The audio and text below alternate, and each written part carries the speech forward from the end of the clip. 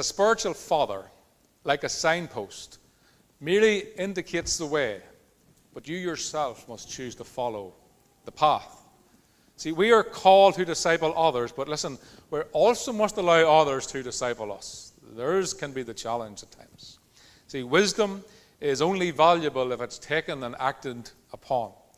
Many people receive good advice in their life, but they choose not to act upon it. But we need to understand that to be a disciple maker, we must also be able to be discipled. Now, God has given his church a new heart, a heart that reflects the very heart of God.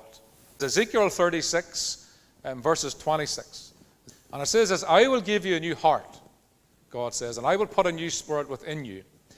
And I will remove your heart of stone, that hard, cold, selfish heart, and I will give you a heart of flesh, a heart after God.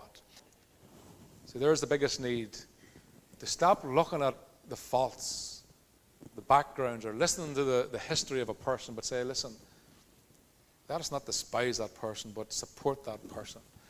We see that Paul is teaching the Corinthians to make disciples, not break them. That's probably the biggest one-liner that we could have this morning. Make disciples, don't break them. Francis Chan, he said this. We are told to go on and make disciples. But all too often we just sit there and make excuses.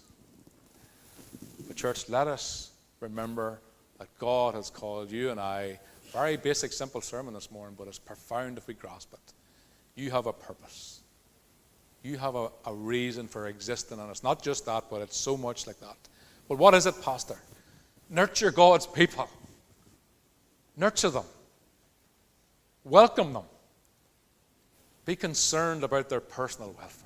That means don't worry about your own needs, Neil, too much. Don't worry about just people welcome you, Neil, but what about you going to welcome somebody? Neil, I know you've got a few problems, but listen, so's other people. Go and see them. Go and speak to them. You see? Amen.